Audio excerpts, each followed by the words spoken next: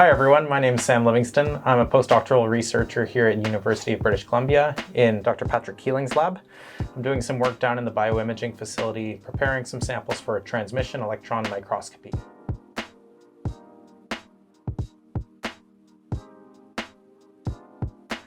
This is a microtome. So this equipment is set up in order for us to be able to take extremely thin sections of cells, materials, animals, plants that have all been embedded inside of these little plastic pieces of resin. So we need to make sure that the edge of the blade is aligned perfectly with the edge of our block face. We need that to be true in 3 dimensions, so in the x-axis, the y-axis, and the z-axis. And the material that we use to cut samples is going to be dependent on how thick we want to cut. So while I'm doing my initial surveying through the sample, I'm going to be using a glass knife. And when we cut the resin into very thin sections, we want to be able to collect them afterwards.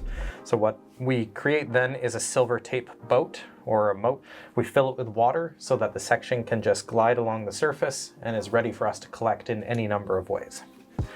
So every time this goes through a cut cycle, it approaches by a specific distance. That way we can collect sections that are as thick as 1 micron, which is 1/1000th of a millimeter, or we can collect it as thin as, say, 50 nanometers, which is 1/200,000th of a millimeter thick.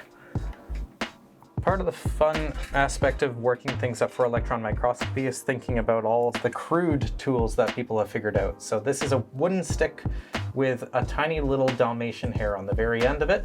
Dalmatian hairs are incredibly sturdy and very fine, and they happen to be the best thing to pick up sections.